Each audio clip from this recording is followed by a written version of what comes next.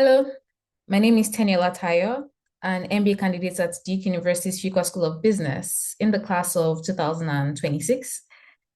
I'm also part of the Business in Africa Club, part of the cabinet in the external relations team. And just last week, Friday, which was January 31st, 2025, we held a webinar that was themed Elections and Economics, Africa in America's New Era. Now, this webinar was held in partnership with the London School of Economics Program for African Leadership, as well as the University of Ghana. And the purpose of this webinar was really to explore or interrogate the future of Africa-US relations under the new Trump administration. We had a great panel of speakers. So we had Lethabo Sithole. She's the CEO of Amila Africa, which is a South Africa-based consultancy focused on international business and international trade. We also had Dr. Scott Firsing, who is a Republican politician, but also a senior research associate with the Institute for Global Dialogue, where he's a foreign affairs analyst. And then finally, we had Rotimi, who is the CEO and co-founder of SunFi, but also an alum of the Fuqua Daytime MBA program from the class of 2013. Now, we had an excellent discussion, and it's our pleasure to present this discussion to you just right after this clip. And we hope that you learn something that you're able to apply to your work or to your studies. Perspective on things. But then, from your perspective, how do you see, the US elections influencing trade policies within Africa?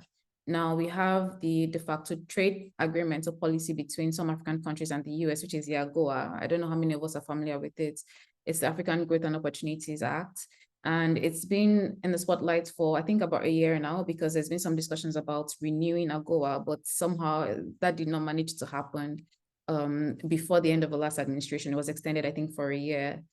So really, from where you're sitting, from the South African perspective, and even from the perspective of these trade arrangements, what do you think some of the expectations are, and what are some of the concerns? Thank you so much, Tenny. I think when you started the session, you said one of the words that are being used to describe this era. If history is any guide, I think a second Trump administration will definitely see us, shifting from a more multilateral trade frameworks to more transactional America First models for US-Africa trade. And I mean, I know this is for, global trade as a whole, but it's really important for Africa, and especially for trade under AGOA, which has been, like you said, very instrumental in facilitating duty-free access for African exports to the US markets for over 2 decades now. And what we sort of witnessed during President Trump's first term is a questioning of AGOA and its real benefits for the US especially, and also a show of very little interest in engaging with Africa from a trade-focused or an economic-focused lens. And like you're saying, Congress didn't really renew AGOA last year, and it's set to expire in September 2025. And while there's, bipartisan support for the agreement and its renewal, I think a Trump administration will see stricter conditionalities, especially where it pertains to governance and security. I think we will see reduced support for value-added goods and exports in value-added goods from African countries. President Trump does seem to lean a little bit more towards raw material imports over manufactured goods. And we've seen, even over the last few weeks on X and a lot of public platforms, the president has said he is pushing for a Made in America, Buy American agenda, and a whole lot of tariff talk, which, is linked to producing locally.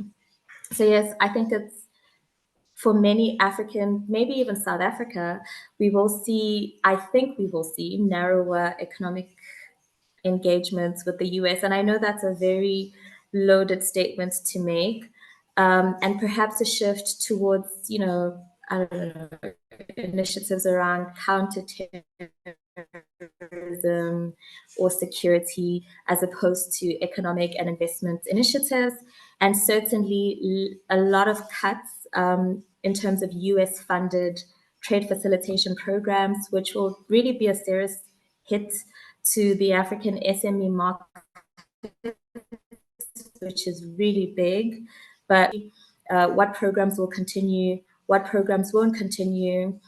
And secondly, I think we will maybe see some African countries being caught in the crossfire of some tariff wars or some supply chain distortions. Like I said, a lot of tariff talk has been coming out of Washington.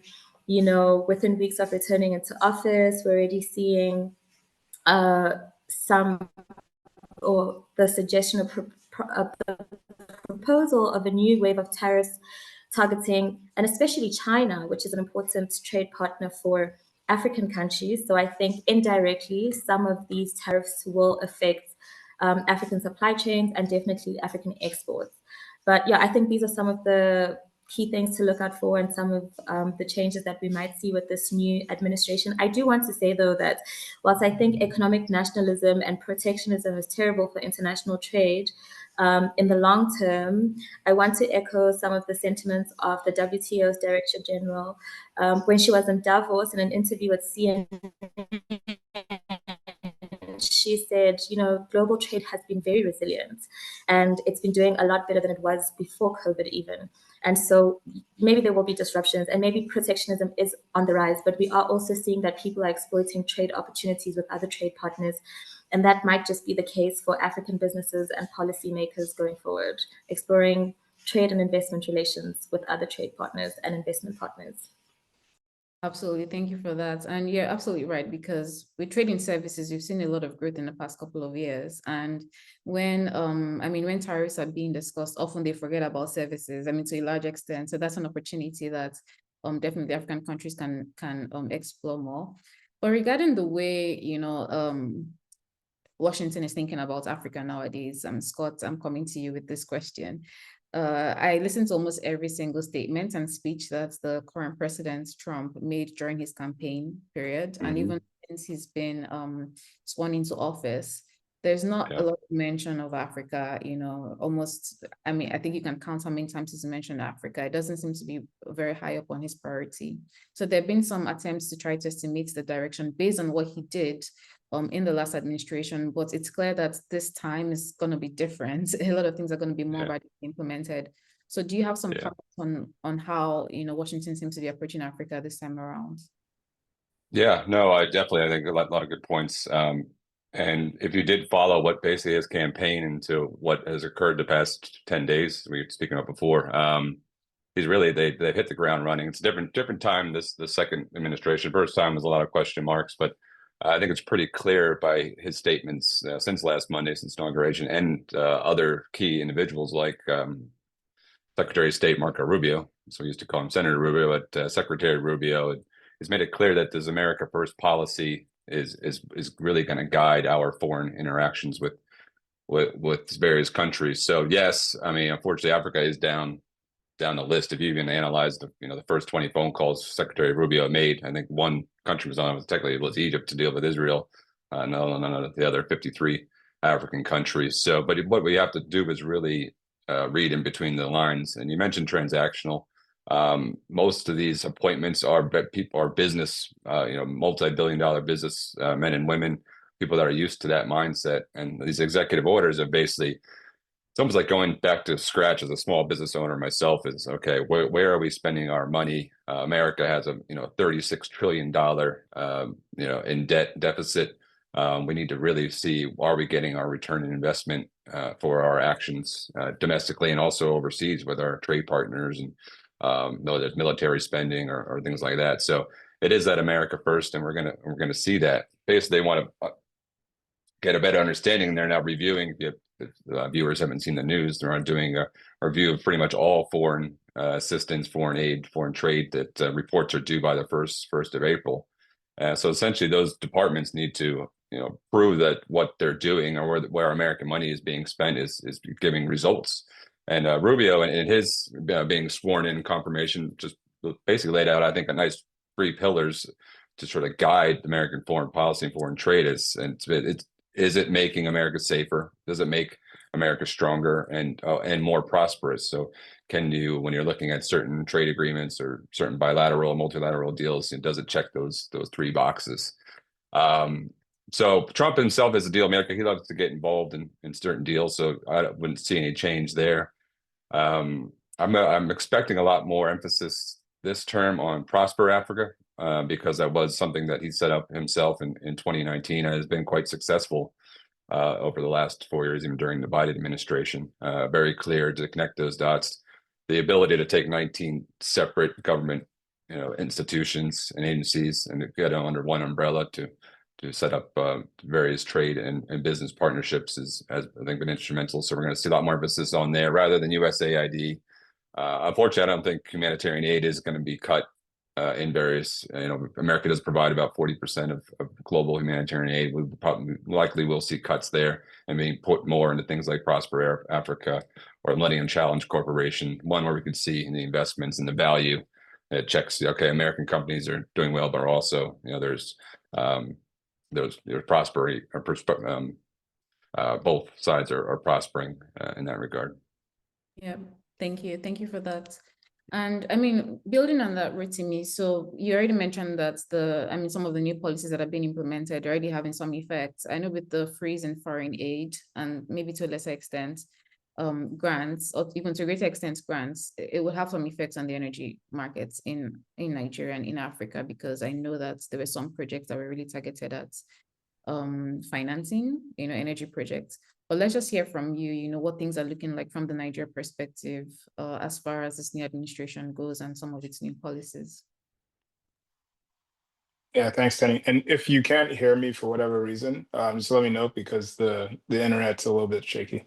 I'm good. All right. Yeah, so at least for us, we're a little bit more focused on the commercial side of things, and so sourcing private capital to be able to unleash the electrification change or transition on the continent, the low carbon energy technology change or transition. So for us, I would say that a lot of private funds are probably still open for business. And in fact, with the increase in interest rates in Nigeria, so I'm looking at things on the Nigeria side now, there's actually been a huge appetite for local currency funding, government bonds, so on and so forth. And so that has also started to help with stabilization of our currency.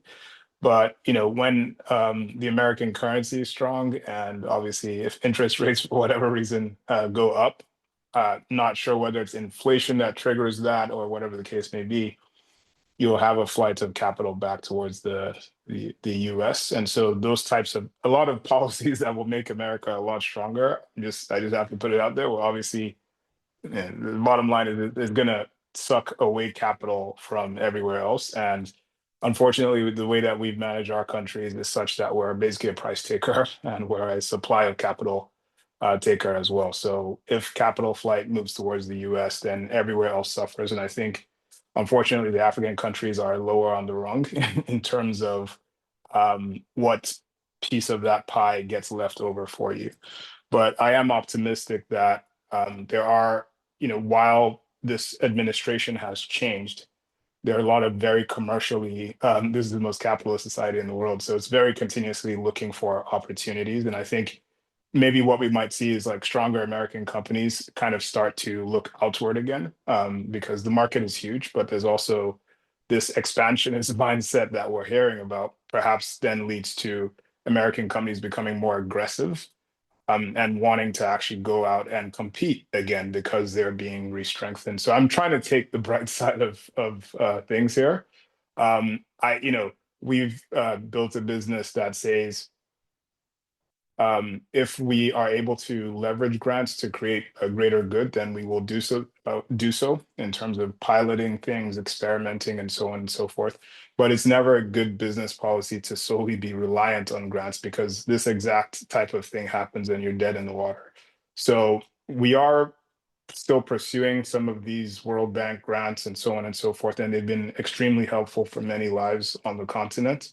I hope that those things don't get yanked, but I hope it doesn't slow down either. But hopefully those things are strengthened. And if they don't arrive, we still need to innovate on the continent and support the transition that is critical for us and for the safety of the continent and also the world. Last thing I'll say is that specifically about, in my sector, about lithium batteries. With all this, China is basically the factory of the world when it comes to lithium battery technology, which has revolutionized, everything from our phones, our laptops, to the energy transition. And so if Chinese batteries and battery-based systems start getting turned away from China, from the US, I would imagine they will try and find a home for that stuff. So I'm interested to see what effect it has on supply. Does it accelerate the decline in prices that we are seeing elsewhere in the world because of not finding a home with a US market that's becoming more productive and producing for its own consumption? I am also Canadian as well, so I'm not the most pleased with the tariffs that are being slapped on Canada. I just don't know where that's going to go, but it's interesting to see the changing dynamics. So those are just some thoughts off the top of my head. Absolutely. Thank you for that. I mean, it's great that you mentioned lithium, because one thing that I've heard is that there's going to be more focus on this critical, what is described as critical raw materials. And it's one of the things that I think some African economies are looking to play more in one of the spaces, including Nigeria, so lithium production. And I'm going to come back to you here, Lethabo. So we've sort of set the scene in terms of what is going on at the moment, but the aim of this webinar is to figure out the way forward. I mean, to the extent that we can in 10 minutes or 15 minutes. And we know that things are shifting from an aid perspective to more of an investment and business perspective. And this did not just start this year with the administration. It's been a trend that has been going on for a while now. A lot of different sovereigns have been cutting down aid budgets, and they've been talking about investments. But then they say that they're allocating funds for investments, but they don't actually invest in projects. And they say because these projects are not bankable, that's always the term that is being used. And now we are, in the crunch phase where we do need bankable projects for example, the US private sector to be more interested in. So from the perspective of your firm, how are you looking at, better positioning African projects and just to make them more attractive for US investments? And what do you think we need to be doing more of in that direction? Thank you, Tenny. So, from an investment perspective, I think, a significant portion of US Africa investment ties is linked to public capital.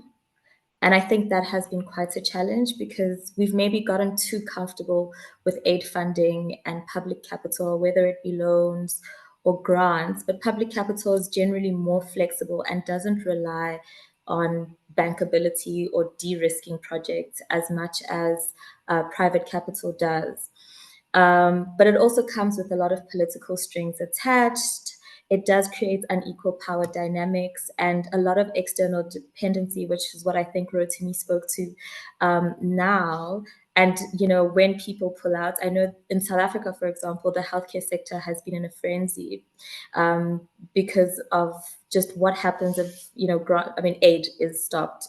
And we are quite a big economy, and there's a lot of public capital from our own country that goes into developing our country, but still we rely on aid quite heavily. So it's not a stable or sustainable model that should be followed. I do think that it does also lead to market distortions and it crowds out private capital. So that's something that we want to see a shift towards. I think it's a great opportunity to see less concessional capital and more private sector driven deals. And that also means that African businesses will need to present strong, de-risked, bankable projects rather than depending on developmental aid rather. And what it means for investors also is there's a lot of value in helping projects get to a bankable phase, which is not necessarily a space that private investors have played in. But I do think co-creating and co-developing projects has proven, especially on the continent, that there's a very misguided narrative about risk when it comes to the continent. And we've seen some of the private capital on the continent transform industries, arise, and AFC's business model, which is really entirely a business model and is based on the feasibility of every single special economic zone or industrial park that they build, is based on how profitable the project will be in the long run. And it's a purely private capital project. So I do think that there is a lot of opportunity to co-create and co-build and co-develop projects with African project sponsors to get them to the point where we can start raising capital and seeing a lot more investment from either DFIs or even private investors themselves into projects on the continent. We're seeing a lot of it in the energy sector, but I do think that the other sectors, agriculture, for example, are being ignored, especially primary agriculture. Like every other part of the agricultural value chain doesn't operate without primary agriculture. And so I think that is something that investors need to rethink, in a place where quite certainly private sector driven deals could operate. But I do want to say that a shift from aid for trade to invest for trade is a big win for the African continent. So I think that's one thing that I've seen that I appreciate about this administration, which is pushing the continent into the right direction. Yeah, thank you. Because it's going to be taking things away from the heads of states to a large extent and into the hands of the private sector. It's a question of how that is managed. So I'm coming to you, Scott. And, the question I'd like to ask you now is more of an African agency question, because while you are in the US, you're American, you're based here, you're part of the sort of like the political system here. You also have this background in South Africa. You're even part of the LSE's program for African leadership. And one of the worries is that there might be a weaponization of things like trade and investment access. And this already happened even with the last administration, where South Africa was worried that they were going to lose AGOA preferences because of some geopolitical leanings, so something to do with Russia. How can we make sure that we're now not just being reactive to this fear of, the yanking of some certain things from the US side of foreign policy, and being a little bit more proactive or agentic in Africa-US relations, US-Africa relations, as far as the future goes? Yeah, well, I think Rotimi and Lethabo touch on a lot of big points on private capital and also China and critical minerals. I said I think that kind of ties into your point. Given my background, where I've seen opportunity, I think you guys will also be the same. It's just the interacting with the sort of diaspora and having those personal connections on a business is just crucial. I mean, I'm still 2025. It's amazing the kind of questions I get from American business or American investors about Africa. They literally still have no real sense of what's occurring across the continent. So that's number one. We need to change that. And I think that's slowly. I think it is changing. I think Biden's visit to Angola and Lobito Kura, I know that's their media was more of an optimistic tone than we've seen in previous years. That those kind of elements are important. Talking about just institutions versus private sector as well. I mean, the upcoming U.S. Africa Leaders Summit. Already speaking, people are very excited to be in Luanda at the end of June. So over 1,000 participants there. I think that's going to be crucial to engage. Trump did get rid of one of the first things he did after he got inaugurated was to get rid of his council on the African Diaspora Engagement Council, which was set up, which was kind of discerning and disappointing. But I think because of these conversations between us and connections we're building, whether it's PFAL or through Duke and through various institutions, we need to really take the chains and the ropes and lead the way. Agriculture, I think, is definitely ripe for opportunity. I work a lot in the aerospace sector and a lot of close friends around the continent and see opportunities there in terms of U.S. technology and how this could benefit African farmers and increase trade between producers on both sides. And supply chain is a big issue. So Rotimi mentioned critical minerals, and it's pretty clear that we have a lot of gaps. America really does not manufacture a lot of things anymore. We've lost a lot of skill sets there in manufacturing. I think Africa can fill that void. And I think the more and more we get away from, yes, government's going to help out and sort of take the private sector and get those dealings with some support from the government sector. That's definitely going to be beneficial going forward. Yeah, thank you for that.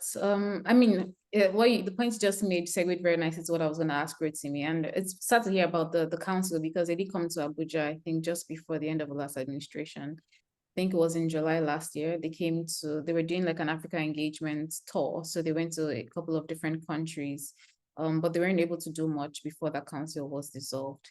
Rotimi, now regarding the diaspora, because a lot of people in this meeting are in business school in the US, or they're alums of business school from the US.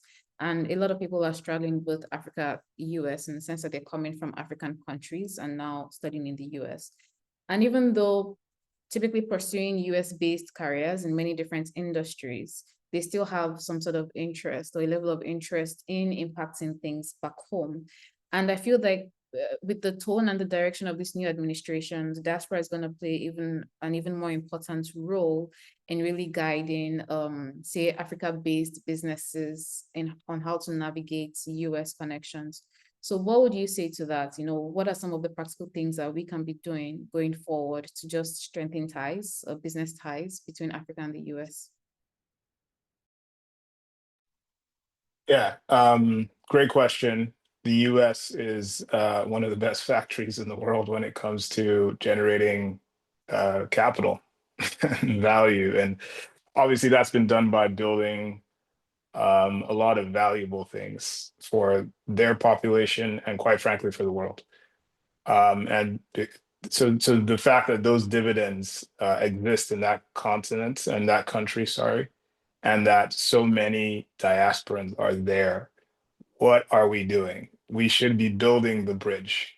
And this is not an aid bridge. It's not a whatever, give me a hand. Like, we should be figuring out how to create huge funds that are run by some of the best and brightest minds from Duke and Harvard and all these other schools, and putting together funds that, other than the AFCs of this world and other than the funds that come in the form of development finance institutions, we should be talking to those guys on ground over there and creating things like cross boundary. I mean, this is created by American nationals. It's great, right? But where are the funds being created by nationals of the countries which you left to go get education and to go create wealth for yourself in the US? You've got to pay that back, right?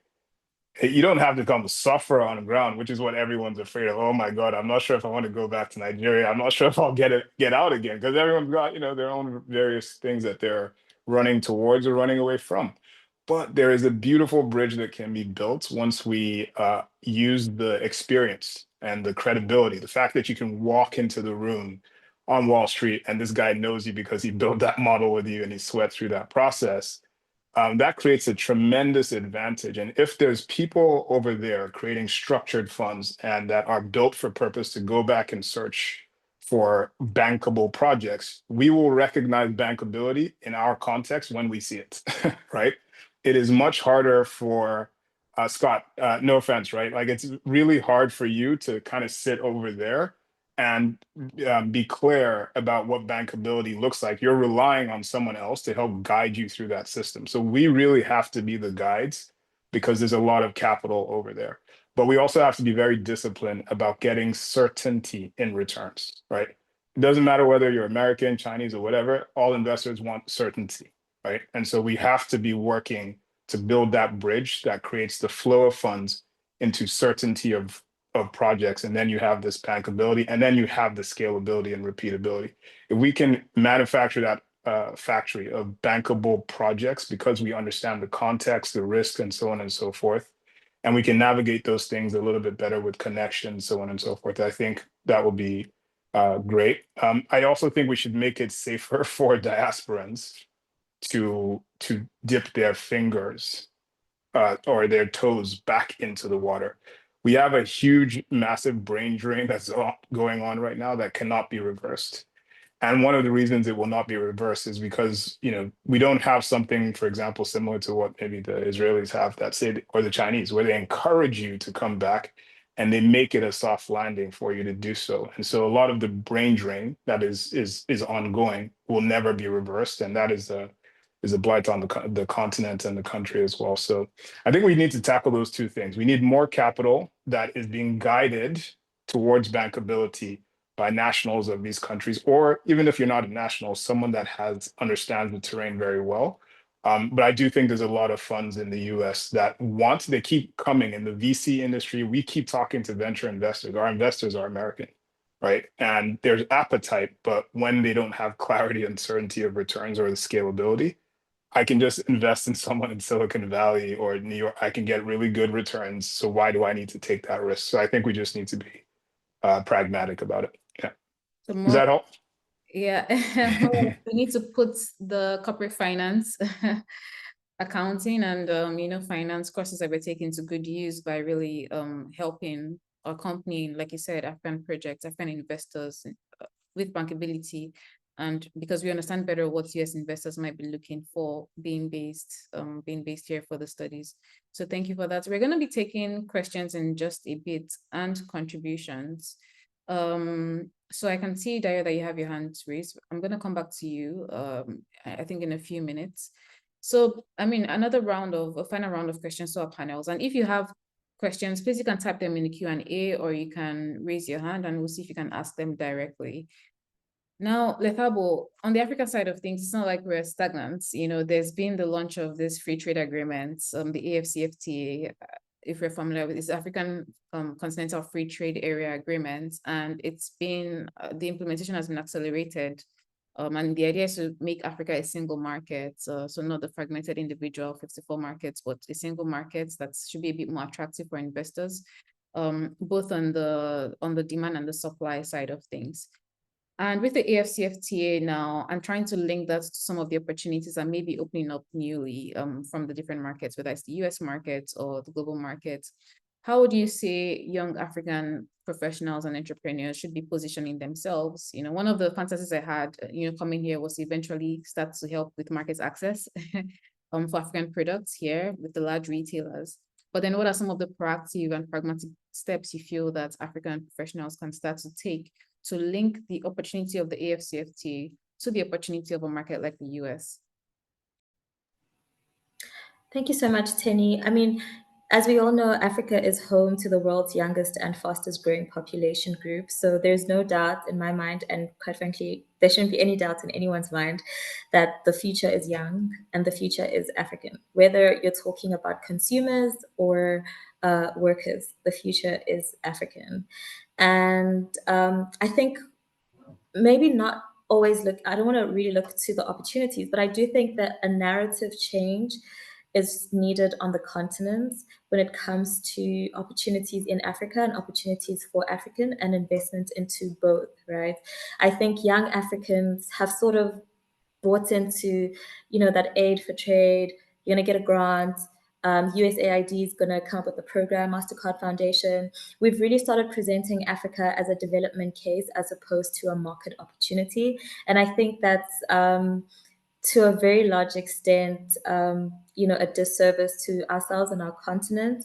But I do think that there's a lot of room for pushing on stronger digital trade facilitation platforms to ease cross-border trade and e-commerce. Maybe it's not going to be easy to deliver market access physically and know everyone on the continent. And even as a firm that does market access on the continent, it's really hard to link buyers and sellers from across the continent. But I think, starting to sort of exploit and explore how digital trade platforms can help us connect beyond the AfCFTA, and I guess exploiting the AfCFTA, but by just linking buyers and sellers. I know Afreximbank has some initiatives. I know the AfCFTA Secretariat themselves have some initiatives, but becoming more proactive about making access to goods and services and knowing where to access what on the continent easier, and just streamlining those processes. But I mean, when it comes to, US-Africa relations, like Rotimi said, I think there's a lot of room to start establishing direct B2B linkages with US firms, and starting to bypass that over-reliance on government-led initiatives, because there are a lot of businesses that do come on the continent looking for opportunities for trade, looking for supply, looking to invest. And I think being more proactive about engaging those is very important. And then engaging, also like Rotimi said, private capital, US venture capital, private equity firms, and also accelerators and incubators that are targeting specifically emerging markets and industries that are growing on the continent, whether that be energy, whether that be critical minerals, supply chains, whether that be agriculture, and something that is often overlooked, the creative and cultural industries. African creativity and culture is setting and defining global trends in fashion, in music. And so I think there's a big opportunity there too. But I think there's plenty of opportunity for young Africans to position themselves as key players in supply chain integration between the US and Africa.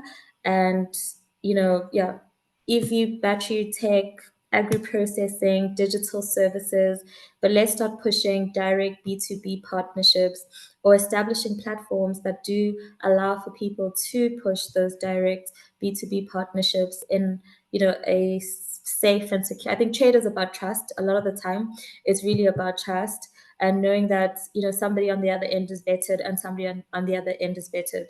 And, we can trust each other and the right frameworks are put into place for compliance and for security. So yeah, I definitely think more direct, more intentional B2B partnerships. Thank you, Lethabo. I think at this point we'll take some contributions from the audience. So there were some hands that came up, I remember seeing Dayo's hand up. So Dayo, I'm assuming you still like to make a contribution. So Dayo is also a Fuqua alum.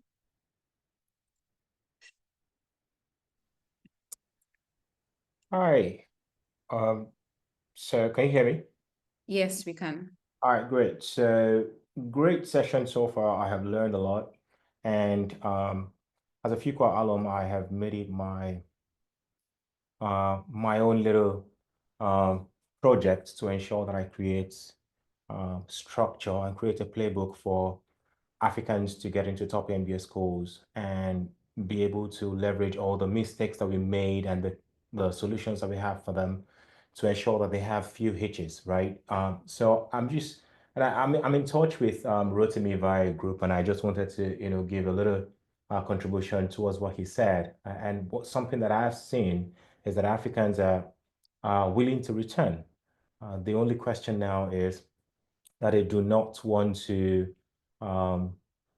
deal with the hassles and the restrictions of moving around the world when it comes to applying for visas and things like that. So what I've seen is that, most of them, once they're able to land a green card, they're willing to return, especially at a time now that, the job market can be better in the US.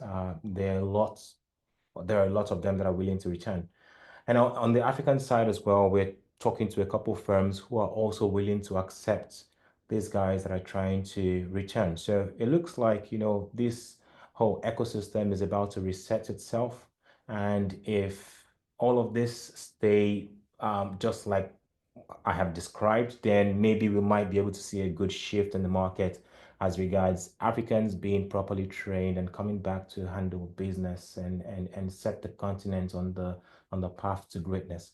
So that's just what I wanted to share, and I'm happy to. I will get in touch with Rotimi personally. Thanks.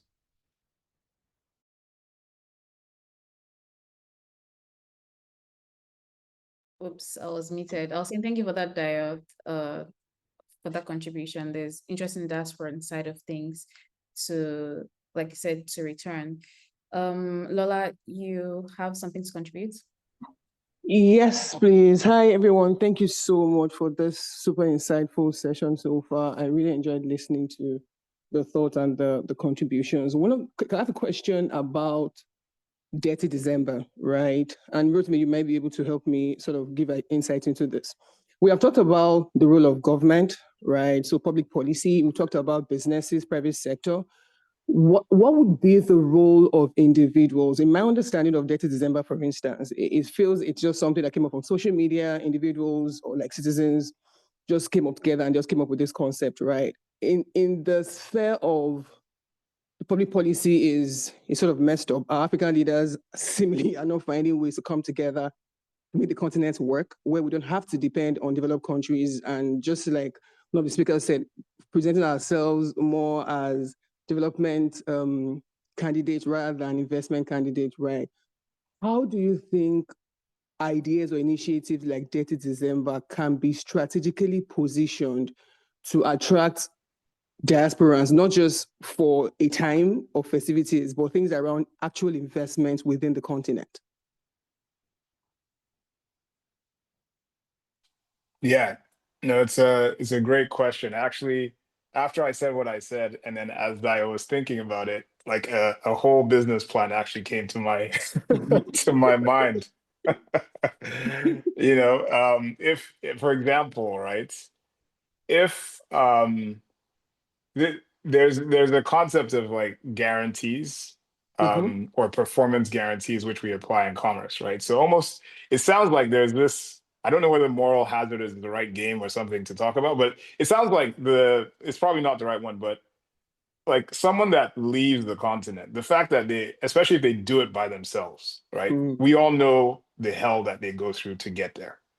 They're going to hold on for dear life to that thing that they've gotten. So much so that the day they get that green card, it's like, yes, whoever, I don't care who's the president. Yes, I'm American. It means something to them, right? But it means something to them because the universe has just opened up to them, right? So the fact that they're not exercising that option that's a problem, because even when they do get that option, it's not like people come rushing back, right? So maybe there's something around for those that haven't gotten the green card or whatever, creating some kind of guarantee product that says, maybe there's a second citizenship somewhere that someone can exercise, right, to make sure that they still have access to the world. I don't know, right? Because we're in a heated immigration environment right now, so I don't want to go too deep into that rabbit hole. But to your point, the Ghanaian economy got a huge boost a few years ago from this concept of the year of the return, right? We just saw now what it looked like for Nigerians to key into that because of the size of the economy. I mean, even the currency supposedly potentially got some stabilization from the volume of capital that came in. Foreign direct investment from diasporans is one of the largest sources of investment into this country and to many of the countries across the continent. Those are some of the biggest startups. Look at Lemfi. They just raised $53 million, and all they're doing is just remitting people's money back and forth, right? So there's definitely something there. I think if there's a way that we can look at the connections, like when someone leaves the continent, where do they go to? It's typically to an institution or to like a really good job or something of that nature. If we can kind of map that network and try and then map the network of flow of funds back in, like what does it come into the continent for? So who's investing money? It's VCs, private equity entities, so on and so forth. Work with those people to figure out the human capital arbitrage there and somehow work with them to make it safe for the talent that they need to cross this bridge back and forth without the wahala or the trouble of, oh, I get stuck and so on and so forth. And then also someone had attempted this previously, right? Like, what does it look like to make a safe landing when you get on the continent, right? There was I forget her name, the Duke lady that had dinner with us when you were in town, right? I was looking at her, I'm like, she's African American, she's never been to Nigeria, but she was just kind of moving about because you all like kind of were supporting her. So if there was like Mercedes, right? Like, so if there was this support system where you come on ground from the airport, you're not getting stressed out by these crazy immigration people, right? From the airport to the place you're staying, the power situation, the water, the transportation, you're moving around in a very safe manner, and you're getting the kind of priority access to the business people in the environment, the deal makers and everything that allows you to have freedom to think and to do deal structuring. That might encourage people more. And obviously with the safety of, I can go back. We need to figure out some kind of product or service or something that tightens that up. And I think something could definitely emerge there. It sounds like Guy has a great idea, so we should probably talk to him. But maybe it's even something with all the business schools, right? You go to all the business schools and say, hey, we're working on some kind of initiative to help maybe people during their break period get back and go and work on an actual business idea with this safety of coming back. So, yeah, anyway, I'll stop. Yeah. Thank you so much. Thank you. Great. I mean, I've been thinking about that as well because it's more of a people-to-people connection that happened last year outside of the state. So Lethabo, you have a comment to make. I'll come to you now. And then after Lethabo, Joycelyn, you also have a contribution to make. Yeah, I just want to say on the topic of Dirty December, and I think I was at the year of return and I did Dirty December in both Nigeria and in Ghana. And for a very long time, I tried to encourage my West African friends, or just all my African friends really, to come to South Africa. But we have the reputation of either being the crime capital of the continent or the xenophobia capital of the continent. And for a while, it was very hard to encourage people to come. And I know there's a visa issue with, embassies, and especially in Nigeria, not issuing out visas. But what I did like to see, and what I do like to see, though, is young Africans sort of deciding to do things and travel the continent despite. Like, there's always going to be a reason. I didn't travel to Nigeria for a very long time because all my friends were like, "Oh, you need protocol, or you're not going to be able to navigate," And I think I can manage Lagos very well on my own. But if and I think it is a layer of privilege and also ignorance that anywhere in the world you go can be unsafe. But this December, quite shockingly, a lot of my West African friends, especially in the diaspora, were in Cape Town. And they had the best time. And they were like, "Oh, South Africa is not what we thought. It's not as unwelcoming." Obviously, it's Cape Town. And as a South African, I know there's underlying racism. But there's a lot of opportunity for people to travel. They were talking about how cheap it is to travel, how cheap food is, how cheap alcohol is. But what I have seen from an economic perspective is a lot of the artists who frequent Johannesburg establishments had big events in Cape Town during that festive season that they wouldn't pull off in Johannesburg. But because they're people, young Africans, both on the continent and in the diaspora, in Cape Town, who are interested in Amapiano and the movements and those artists, they sold out venues. And I really think we undermine the value of the creative and culture economy and its contribution to South Africa. Cape Town, for example, during December festive period, I know that they were talking about how much revenue restaurants, hotels generated over a 2-month period. And that's all. Tourism is a huge part of services trade. It's all trade for me. And we overlook that contribution. So people talk about, but I do think that the cultural diplomacy and the cultural movements on the continent, whether it's Dirty December in Ghana, in Nigeria, people coming to Cape Town, it doesn't have a name yet. But I do like to see that young Africans are showing that they contribute really to the creative and cultural industries, and they're very invested. They buy African, they support African, and there's a viable market. That was, even for African Bank's CanEx program, a big question and concern for a very long time. Who is going to consume this? And young Africans are consuming it. Yeah, thank you so much, Lethabo. So, Joycelyn, you have a question or a comment?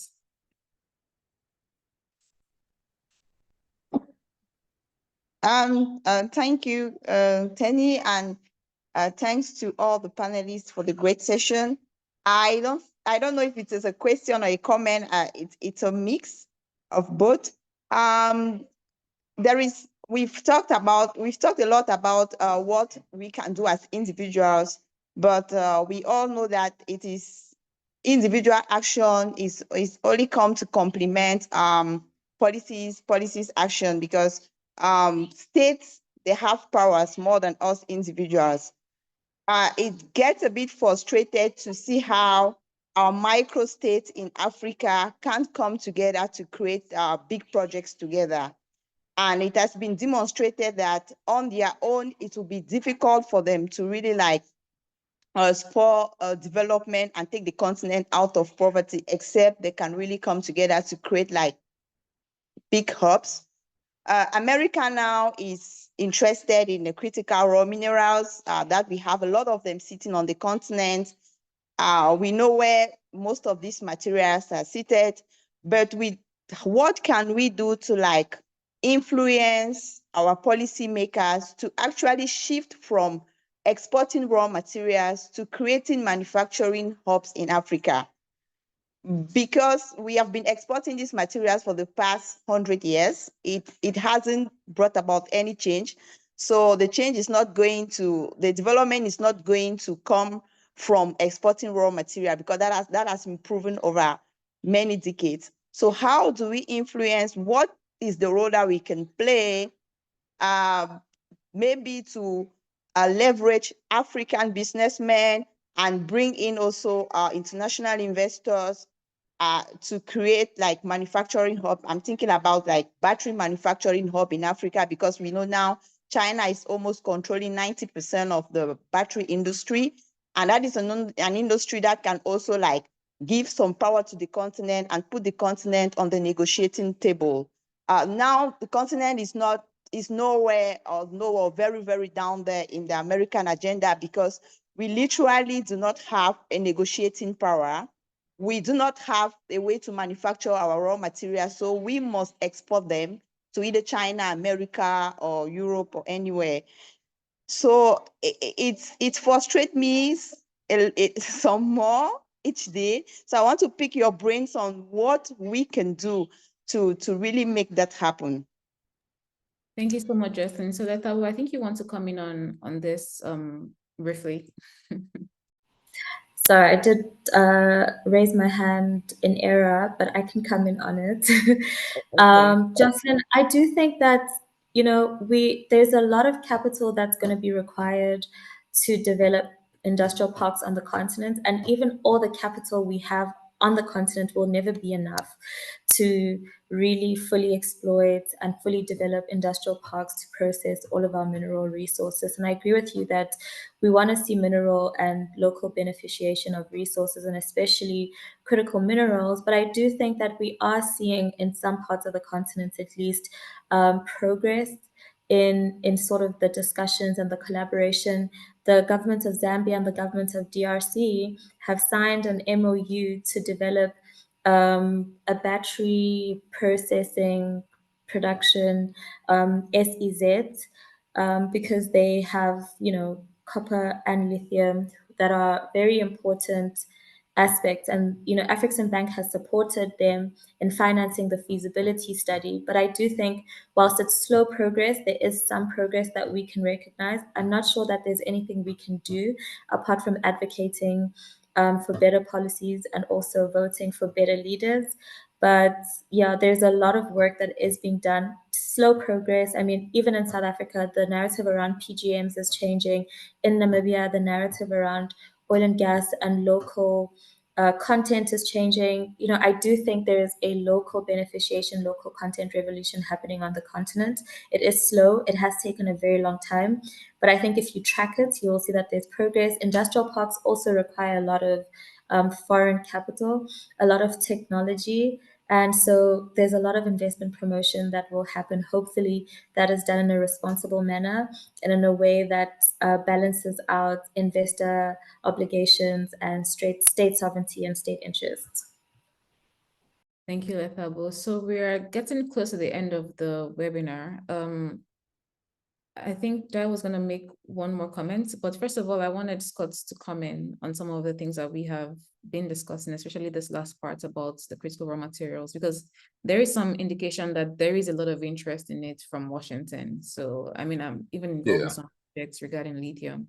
So any thoughts you have would be welcome. Yeah, and President Trump and Future of America, some valid points is technology is really where America's focused on, aerospace, AI, and we're very clear, of course, I think we spoke about China's dominance of the critical minerals. So we know we need access to certain, whether it's uranium or lithium, whatever, or cobalt, whatever the mineral may be.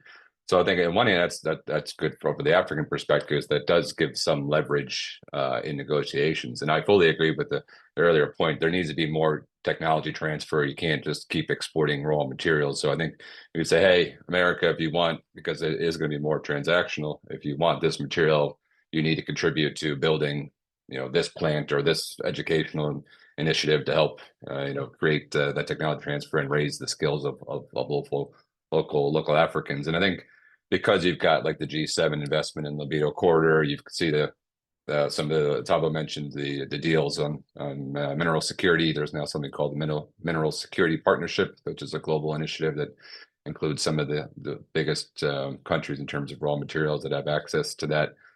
They need to use that leverage of having those materials to push for a deal where they do get some kind of benefit on the ground in terms of people and beneficiation and development in that regard. So, and then also just want to mention, I think B2B, we talked, there was a lot of discussion before this on the B2B side. I think we always talk about U.S. Africa. I think it's better if we look at some state initiatives. I've met people I live in Texas, Austin, Texas, and I met so many people in Houston, Nigerians, Ghanaians that I didn't even know were there, but there's kind of this community, and they're constantly looking to, whether it's very small business dealings, but they're there behind the scenes, constantly working. So shouldn't just think about Washington D.C., but think about the state level. What could Texas do in oil, gas, and those connections? Because often the states are a lot more flexible, faster, and things can get done a lot quicker than dealing with DC and commerce and some of the institutions there. So I think we need and speaking of South Africa, the U.S. Embassy there in the last couple of years did a really good job in connecting with just the city of Atlanta and trying to connect and doing a lot of trade delegations and saying these are the opportunities, whether it's culture or finance, just to sort of narrow it down so it's not so big and overwhelming. That can help. Baby steps, because there are a lot of success stories. I mean, my industry, Zipline, for example, is a drone delivery company that started in Rwanda probably almost 10 years ago now, but now is now a global company and they're delivering products in America. But the innovation and, the guinea pig and the initial start of the company was within Rwanda to deliver medical goods and services to, outlying areas of cities. So a lot of good positive case studies there. And I think we need to build on examples like that. Absolutely. And interestingly, I think North Carolina, where we are based, at Duke, is actually very active in the lithium space. So the state's connections are very important as well. So we're going to be wrapping up the webinar in just a bit. Daya, I want to give you an opportunity to give you a last comment, maybe about 30 seconds. And then we'll just get like another 30 seconds closing statements from our speakers in terms of what you think everyone should be taking from here going forward. And then we'll close. So over to you, Daya. Let me just make sure that you can speak. 30 seconds. All right, thanks, Tenny. I'm going to just go straight to the point. So like Rotimi said, we actually already put structure around this Dirty December thing. Some of the Duke alums and other diasporans that came the last time, we were able to actually give them all of that from the airport all the way till where they stayed and till the left, and also provided something for them locally. So I think that, we're in the right direction. Again, I'm happy to have these conversations going forward. Texas McCombs Business School also leveraged that opportunity to visit Africa. But I'm going to say something about what Lola said around, how do we actually put structure around this Dirty December and the policies that, the government are putting in place. I'm just going to say, look, the young people were able to make music and Afrobeat popular, and somehow the government had to follow up. Same as happened with Dirty December. We just need to continue to ensure that, we don't stop fighting. And hopefully, eventually, the leaders will listen to the young people, have a seat at the table to negotiate and, be a part of the policy-making process. So thank you very much. And this was great. Thank you, Tenny, and have a wonderful time, guys. Thank you, Daya. Thank you for that. So there's opportunity everywhere. That's what we're hearing, right? It's not just about problems and fear. There are opportunities. So I'd like our panelists to give us closing statements, just under a minute. And I want you to focus on what you think we should be taking away from this going forward. And these are more about action steps that you think that as individuals we can implement from the different spaces that we're in. So we can start with you, Lethabo. Thank you, Tenny. I don't know if it's what I'm thinking of as more action steps, but I do think that it's something to to consider in a positive light. I think the Trump administration is forcing and will force Africa to negotiate smarter and play offensive as opposed to defensive in the next 4 years. And I think I want to see an Africa that looks like that, an Africa that has its own proactive development goals and is very strict about negotiating with its development partners on what it needs and what they need from the continent. There is no global green energy transition without Africa and really, quite frankly, the DRC. So it's quite unfortunate to see what's happening there. But to really acknowledge the role that we play in the global economy and negotiate better and negotiate smarter, and just see how we are more proactive about shaping trade and investment policy that is aligned with our continental development goals, that is aligned with Agenda 2063, and of course, the implementation of the AFCFTA, rather than reacting to Washington or any other development partners' political shifts, is sort of, you know, the direction that I'd like to see us taking. And I'm really excited. I'm not worried at all. I'm really excited to see what the next 4 years and the future of the continent really look like, and especially with US-Africa relations. Obviously, the only concerning part is that AGOA uncertainty. But apart from that, I think exciting times ahead, many opportunities. Yeah, that's amazing. And over to you now, Scott. Yeah, just sort of piggyback on that sort of optimism. I'm quite optimistic, being a business owner myself, and and work in the policy space. And I think this year particularly, there's a lot of events that we need to highlight, and I think will grab media attention. I'll be in Cairo in April for the launch of the African Space Agency. People are still amazed that there's over 20 African countries have space agencies, and what we're doing to try to bridge the digital divide using satellites and involvement, and what that means for developing young people and getting excited about that field. And then I mentioned before, the U.S.-Africa Business Summit will probably be one of the biggest yet in Angola. And then we can't forget that South Africa is chairing the G20 this year, and it's likely that Trump will be in South Africa in November. And it's also been secured that the U.S.-Africa Leaders Summit will happen once again in Washington, also in November around that time. So it'll be a busy month. So I think we need to take those opportunities to highlight those case studies, because the more and more people hear positive news and see some, whether it's a $10 million deal or $1 million deal, it's I think all just tries to wash away that bad image and make more about innovation. And it's a land of opportunity, and just changing that narrative. So that's when I want to leave that. Hey, that there's, like you said, there's so much opportunity, and I think it just needs to be highlighted more and more and more, and just be in people's faces. And this is going to be the year with a lot of events, and we have a chance to do that. So I'm excited. Amazing. So what's your Rotimi?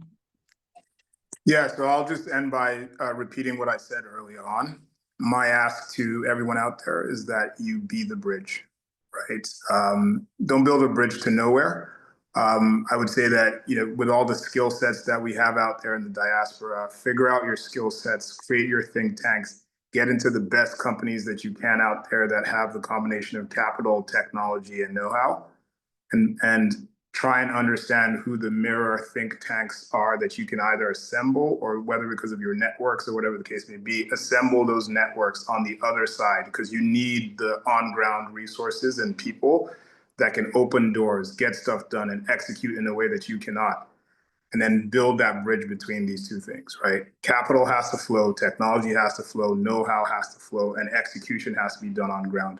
Build that bridge. And I think whether it's grants or whether it's venture capital, private equity capital, whatever kind of capital, we will see a significant shift on the continent, but it'll be led by us. So that's mine.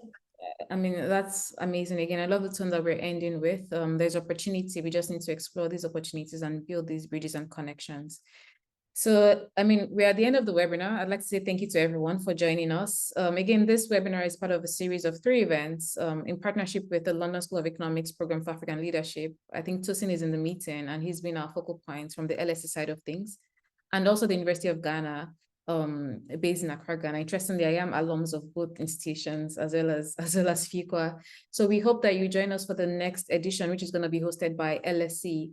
And we hope that you have enjoyed this conversation and taken some things from here that you think that you can even implement going forward, even as you try to play a role in reshaping Africa-US. I always say Africa-US because I'm speaking from the African perspective, or US-Africa engagement under the new administration and in the new era. So thank you again. Thank you to our speakers. And yeah, we wish you a very nice Friday afternoon if you're US based, or Friday evening if you're in Africa, and have a good day.